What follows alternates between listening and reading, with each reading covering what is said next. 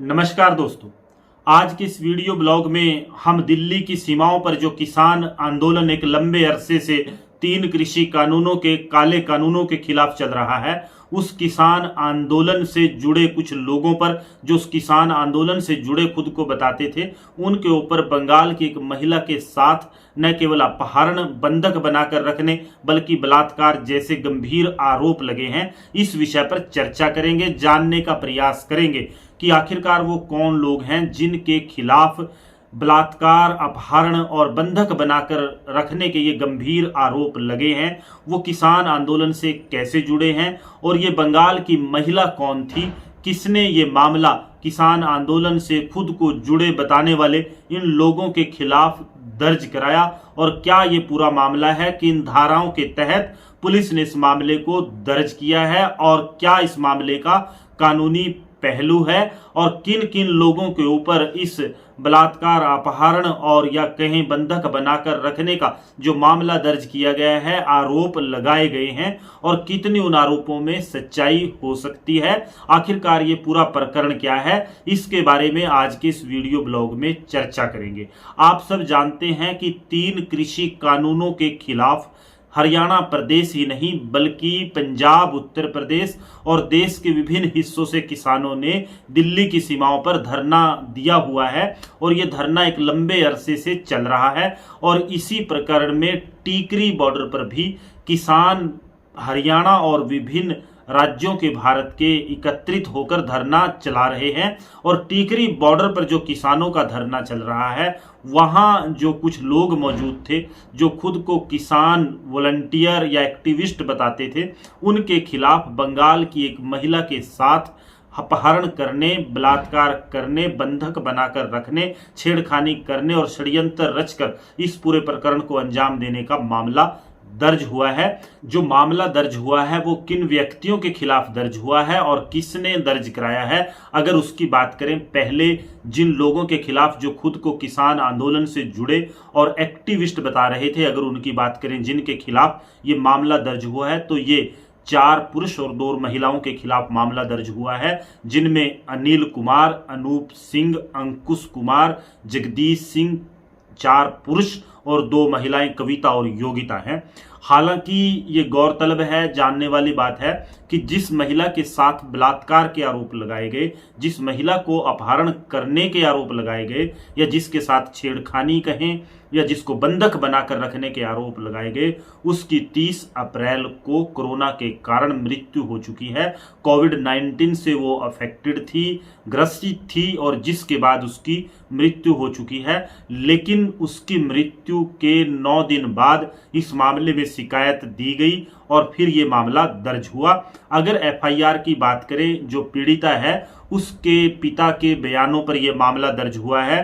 पीड़िता के पिता ने जो शिकायत दी है उसमें उसने क्या लिखवाया है कि मैं और मेरी बेटी, जिन 6 आरोपियों जिनमें 4 पुरुष और 2 महिलाओं का हमने नाम बताया, लड़की के जो ये विक्टिम थी जिसकी मृत्यु हो चुकी है, इसके पिता का कहना है कि मैं और मेरी बेटी 4 अप्रैल को इन आरोपियों से श्री समपुर और चंदनगर में मिले थे। मेरी बेटी इन लोगों से प्रभावित हुई और इनके साथ प्रोटेस्ट में शामिल होने की इच्छा उसने जताई। वो पहले भी अलग अलग प्रोटेस्ट में शामिल हो चुकी थी। इस बार उसने इस ग्रुप के साथ दिल्ली जाने की बात कही।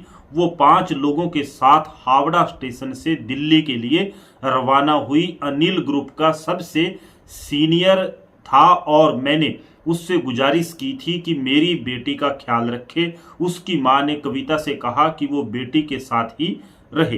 ट्रेन में रात के वक्त जब सब सो गए थे, तब अनिल मेरी बेटी के बर्थ के पास आया। वो उसका हाथ पकड़कर उसे किस करने लगा। मेरी बेटी ने उसे दूर हटाया और दोबारा ऐसा न करने की चेतावनी दी। 11 अप्रैल को दिल्ली पहुंचने के बाद टीकरी बॉर्डर पर उसे अनिल, अनूप और अंकुर के साथ टेंट शेयर करना पड़ा। उसने 14 अप्रैल को फोन पर मुझे ट्रेन वाली पूरी घटना बताई। उसने बताया कि अनिल और अनूप अच्छे लोग नहीं हैं, उस पर दबाव बना रहे हैं, उसे ब्लैकमेल कर रहे हैं। ये आरोप लड़की के पिता ने जो एफआईआर दर्ज कराई इस विक्टिम की, जिसकी मृत्यु हो चुकी है कोविड-19 के इन्फेक्शन के कारण। उसके पिता ने जो लिखित में जो एफआईआर दर्ज हुई है उसमें जो आरोप लगाए, आगे वो लिखते हैं, जब मेरी लड़की ने ये बात मुझे बताई, मैंने कहा कि वहाँ जो किसान आंदोलन है उसमें किसी महिला से आप इस बारे में बात कर ले और स्थानीय कमेटी से कांटेक्ट करके इस पूरी घटना की जानकारी दें। लेकिन वो कहते हैं कि मुझे नहीं पता उसने बात की या नहीं, वो लेकिन घबराई हुई थी क्योंकि आरोपी उसे लगातार परेशान कर रहे थे। 16 अप्रैल को विक्टिम के पिता कहते हैं कि उसने पूरी बात योगिता और जगदीश को बताई। योगिता की मदद से पीड़िता को दूसरे टेंट में भी शिफ्ट कर दिया गया था। उसने ये भी बताया था उसके पिता के अनुसार कि उसके यूरिन के साथ खून पास हो रहा है। एफआईआर के मुताबिक 18 अप्रैल को विक्टिम पीड़िता लड़की को कुछ वकील भी मिले थे और संयुक्त किसान मोर्चा के नेताओं के सामने ले जाया जाएगा, इस बारे में भी चर्चा हुई थी। कुछ दिन बाद विक्टिम ने अपने पिता को बताया कि उसे पीरियड्स आ रहे हैं और अब वो रिलैक्स फील कर रही है। पिता का, जो इस विक्टिम के पिता, लड़की के पिता का कहना है कि उसको इस बात से अंदाजा है, शक हुआ कि उसकी लड़की के साथ कुछ गंभीर हुआ है, कुछ गलत हुआ है। इन आरोपों के साथ ये मामला दर्ज कराया है इस विक्टिम के पिता ने, जिसकी 30 अप्रैल को कोविड के कारण मृत्यु हो चुकी है। और इस मामले में इस लड़की के पिता की शिकायत पर पुलिस ने एफआईआर दर्ज की है, जो भारतीय दंड संहिता इंडियन पैनल कोड की धारा 365, 342, 354 और 376 D read with section 120 B 120 B के साथ दर्ज की गई है, जिसमें सीधे तौर पर अपहरण, बंधक बनाकर रखने, छेड़खानी करने और बलात्कार करने, षड्यंत्र रचने से संबंधित मामला दर्ज किया गया है इन 6 लोगों के खिलाफ। जहां तक संयुक्त किसान मोर्चा जो इस पूरे आंदोलन का नेतृत्व कर रहा है, अगर उसकी बात करें, उसका इस पूरे प्रकरण के बारे में क्या कहना है। संयुक्त किसान मोर्चा ने एक स्टेटमेंट जारी कर कहा है कि वो विक्टिम के साथ खड़ा है। मामला सामने आने के बाद मोर्चा को टिकरी कमेटी ने फैसला किया है कि 5 मई को ही किसान सोशल आर्मी, ये जो लोग हैं खुद को किसान सोशल आर्मी से जुड़े बता रहे थे, इनके टेंट और बैनर हटवा दिए जाएंगे। आरोपियों को आंदोलन से बहिष्कृत करने और उनके सामाजिक बहिष्कार की घोषणा भी इन्होंने कहा की गई है। संयुक्त किसान मोर्चा ने कहा कि वो बड़ी संख्या में महिलाओं की भागीदारी और उनके नेतृत्व इस किसान आंदोलन में एक अनूठी ताकत उसको मानता है। उनका कहना है, SKM संयुक्त किसान मोर्चा जो है वो कहते हैं, हम हर महिला किसान और महिला संगठन को आश्वस्त करना चाहते हैं कि किसी भी महिला की स्वतंत्रता पर कोई आंच नहीं आएगी और उनके साथ किसी भी तरह का दुर्व्यवहार या हिंसा बिल्कुल भी बर्दाश्त नहीं की जाएगी। आंदोलन में औरतों की खुली और पूरी भागीदारी हो सके, इसका माहौल बनाना इस आंदोलन के नेतृत्व की जिम्मेवारी है।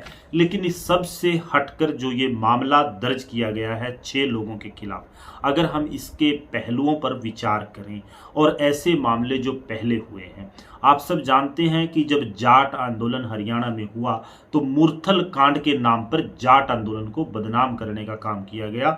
ये बार बार मीडिया और सोशल मीडिया के माध्यम से आरोप लगाए गए कि मुरथल में अनेक महिलाओं के साथ बलात्कार किया गया, बर्बरता की गई। मामला यहां तक कि हाई कोर्ट में पहुंचा और हाई कोर्ट ने हरियाणा सरकार को और जांच एजेंसियों को निर्देश दिए कि इस मामले में निष्पक्ष और त्वरित कार्रवाई कर एक रिपोर्ट पेश करे। लेकिन बार बार जांच के बाद, गहन जांच के बाद और सीधे तौर पर मीडिया और सोशल मीडिया के जो आरोप मुरथल कांड में बलात्कार के लगाए गए थे, कोई भी तथ्य सामने नहीं आए, कोई भी विक्टिम सामने नहीं आया। केवल एक महिला ने जो सामने आकर कहा कि उसके साथ ऐसा घटना उस समय सामने आई थी कि एक महिला ने कहा था कि उसके साथ जबरदस्ती हुई है, उसके साथ गलत हुआ है। लेकिन जब उस पूरे मामले की जांच की गई तो वो किसी पारिवारिक विवाद, कोई जमीनी विवाद शायद था, उसके कारण उसने दबाव बनाने के लिए वो आरोप लगाए थे। बार बार जांच करने, हाई कोर्ट के दखल के बाद कोई भी मामला मुरथल कांड में बलात्कार से संबंधित नहीं मिला था। जहां तक किसान आंदोलन की हम बात करें, पहले दिन से किसान आंदोलन को बदनाम एक षड्यंत्र के तहत करने का प्रयास किया जा रहा है। और जैसे ही समाचार पत्रों में ये खबर छपी कि वहां किसी महिला के साथ बलात्कार और अपहरण के आरोप इस आंदोलन से जुड़े लोगों के खिलाफ लगाए गए हैं, जो खुद को बता रहे हैं कि वो इस आंदोलन से जुड़े हैं, तुरंत जो राजनीतिक सत्ता जिस सरकार के पास है उससे जुड़े लोगों ने, उनके आईटी सेल ने, या जो इस किसान आंदोलन के विरोधी लोग हैं, उन्होंने इन समाचार पत्रों की खबरों को जिनमें ये आरोप लगाए गए, इस मामले को छापा गया, इस मामले को प्रकाशित किया गया, उनको खूब जमकर शेयर किया और इस आंदोलन को एक बार फिर कटघरे में खड़े करने का प्रयास किया। खासकर उन्हीं लोगों ने जिन्होंने पहले इस आंदोलन को दिल्ली में हिंसा के नाम पर, चीन से फंडिंग के नाम पर, आतंकवाद के नाम पर और खालिस्तान के नाम पर बदनाम करने का प्रयास किया। उन्हीं लोगों ने जमकर इस खबर को भी शेयर किया है। लेकिन हम जहां दूसरी तरफ इन सब आरोपों से और सत्ता पक्ष के प्रयासों से कि किसी न किसी तरीके से किसान आंदोलन को बदनाम वो करें, लोगों का इस आंदोलन से लगाव कम हो, हम भूल नहीं सकते कि कैसे हरियाणा भाजपा के नेताओं ने हरियाणा और पंजाब के लोगों को SYL के मुद्दे पर लड़ाने तक का प्रयास किया। लेकिन कोई ताकत, कोई अदृश्य शक्ति इस आंदोलन के पीछे जरूर नजर आती है, क्योंकि सच्चे मन से किसान और अन्नदाता किसान जो इस आंदोलन को लड़ रहा है, इसके अलावा जो माहौल बनाया गया इस आंदोलन को बदनाम करने का, कहीं ये उस कड़ी से जुड़ा तो एक मामला नहीं है। हम इन आरोपों को सिरे से नहीं नकार रहे, ये जांच का विषय है। लेकिन जब तक इस मामले में निष्पक्ष जांच, निष्पक्ष एजेंसियां नहीं कर देती और अपनी एक रिपोर्ट पेश नहीं कर देती, FIR, ये कानून भी कहता है कि जब किसी मामले में कोई आरोप लगाए जाते हैं और FIR दर्ज की जाती है तो वो किसी को आरोपी साबित करने के लिए काफी नहीं है। मामले की गंभीर और गहन जांच जरूरी है, निष्पक्ष जांच जरूरी है। अगर निष्पक्ष जांच, गहन जांच के बाद ये पाया जाता है कि कुछ लोगों ने, चाहे वो किसान आंदोलन से क्यों न जुड़े हों, ऐसी जघन्य अपराध को अंजाम दिया है, तो सीधे तौर पर उनके खिलाफ सख्त कार्रवाई की जानी चाहिए और कार्रवाई होगी भी। लेकिन जब तक ये आरोप जांच से इस्टेब्लिश नहीं हो जाते, स्थापित नहीं हो जाते, तब तक किसान आंदोलन से जुड़े लोगों को इन आरोपों से जोड़कर नहीं देखना चाहिए। किसान आंदोलन से जुड़े लोग मेहनतकश लोग हैं, वो जमीन से जुड़े लोग हैं, पाक पवित्र लोग हैं, एक हक अधिकार की, खेती किसानी को बचाने की लड़ाई लड़ रहे हैं। अगर इस पूरे प्रकरण पर जो सवालों के घेरे में इन आरोपों को खड़ा करता है, हम उनकी बात करें, जहां किसान आंदोलन में हजारों लाखों की संख्या में लोग मौजूद हैं, महिलाएं मौजूद हैं, वहां किसी महिला को अपहरण करके रखना संभव नहीं है। महिला के साथ जो आरोप लगाए गए कि ट्रेन में उसको लेकर आया गया, छेड़खानी की गई, एक लंबे अरसे तक वो यहाँ रही, लेकिन इस दौरान 5 अप्रैल को उन्होंने बताया कि वो वहां से आई, 30 अप्रैल तक रही। उसने खुद कोई शिकायत लिखित में किसी अथॉरिटी को नहीं दी, किसी नेता को नहीं मिली, और इतने लंबे अरसे तक इतने लोगों के बीच में उसको रखना, अपहरण करके या बंधक बनाकर रखना संभव नहीं है।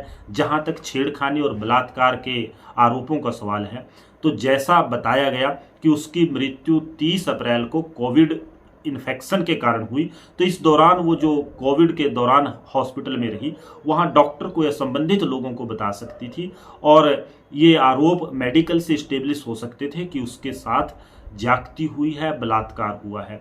लेकिन इस पूरे प्रकरण में सीधे तौर पर ये जो चीज़ें हैं, इस केस की कमियां हैं और सीधे तौर पर ये इशारा करती हैं कि अगर गलत हो रहा था तो इतने लोगों के बीच में किसी को अपहरण करके रखना, बंधक बनाकर रखना संभव नहीं है।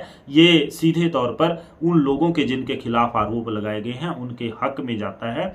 और ऐसे माहौल में जब तक ये कमियां सीधे तौर पर कि एक लंबे अरसे तक खुद विक्टिम ने कोई शिकायत नहीं दी, पिता ने उसकी मृत्यु के बाद शिकायत दी, कोई उसने मेडिकल नहीं कराया, वो इतने लोगों के बीच में रही, ट्रेन से सफ़र किया, वहाँ पुलिस की मौजूदगी थी और पिता से उसकी बात हुई। इस दौरान भी जब उसने अपने पिता को बताया कि उसके साथ यहाँ ऐसा हो रहा है, वो शिकायत पिता भी उस समय कर सकते थे। इन सब तथ्यों के मद्देनज़र इस मामले में कोई भी निर्णय पर पहुंचना जल्दबाजी होगी। लेकिन एक बार फिर हम इस वीडियो के माध्यम से किसी को पाक साफ या निर्दोष साबित नहीं कर रहे, ना दोषी साबित कर रहे हैं। जो इस देश का कानून कहता है कि until and unless one is not proved guilty he will be considered innocent, कि जब तक आप कानून के माध्यम से तथ्यों के सहारे, एविडेंस के सहारे किसी को दोषी साबित नहीं कर देते, वो निर्दोष होगा। महिलाओं की अस्मिता या उनके साथ अपराध करना जघन्य अपराध है, गंभीर है, उसको सामाजिक स्तर पर भी नीचा देखा जाना चाहिए। मैं तो मानसिक रूप से विकृत और बीमार ऐसे लोगों को मानता हूं अगर कोई ऐसी घटना को अंजाम दे। लेकिन ये घटना कहीं मुरथल कांड की तरह किसान आंदोलन को बदनाम करने का एक षड्यंत्र तो नहीं, इस पहलू पर विचार करने से भी नकारा नहीं जा सकता। आज के इस वीडियो ब्लॉग में इस घटना की निष्पक्ष जांच की संबंधित जांच एजेंसियों से और अधिकारियों से मांग करते हुए और ये तथ्य आप सबके सामने रखते हुए कि अपहरण, इस मामले में अपहरण का सवाल जब इतने लोगों के बीच में वो रहती है, पिता से बात होती है, ट्रेन में सफ़र करती है और डेथ कोविड-19 के इन्फेक्शन के कारण होती है और कोई मेडिकल एग्जामिनेशन उसका नहीं होता और पिता भी उसकी मृत्यु के 9 दिन बाद 10 दिन बाद आरोप लगाते हैं, तो ऐसे मामले में संदेह के घेरे में यह पूरी शिकायत और FIR जरूर आती है। इसकी गंभीर और गहन जांच होनी चाहिए। अगर ऐसा हुआ है तो आरोपियों को कड़ी सजा दी जानी चाहिए। लेकिन आपको, हमको, सबको सचेत रहने की जरूरत है कि अनेक प्रयास किसान आंदोलन को बदनाम करने के लिए किए गए, कहीं ये उस कड़ी से तो एक नई श्रृंखला जोड़ने का प्रयास किसान आंदोलन को बदनाम करने का तो नहीं है, ये भी संदेह पैदा होता है। लेकिन विषय जांच के अधीन है, निष्पक्ष जांच इस पूरे मामले की होनी चाहिए। हम भी मांग करते हैं अगर कोई आरोपी है सजा होनी चाहिए उसको, लेकिन तब तक, जब तक ये साबित ना हो जाए, तब तक किसान आंदोलन पर जो सत्तासीन पार्टी है, भारतीय जनता पार्टी, मैं सीधा कहूँ उनके IT सेल से जुड़े लोग हैं, वो इसके माध्यम से किसान आंदोलन या किसान नेताओं के खिलाफ दुष्प्रचार ना करें, नहीं तो सीधे तौर पर इशारा जिस तरफ जाता है वो कहने की जरूरत नहीं। आज के लिए इतना ही। धन्यवाद। जय हिंद, जय किसान।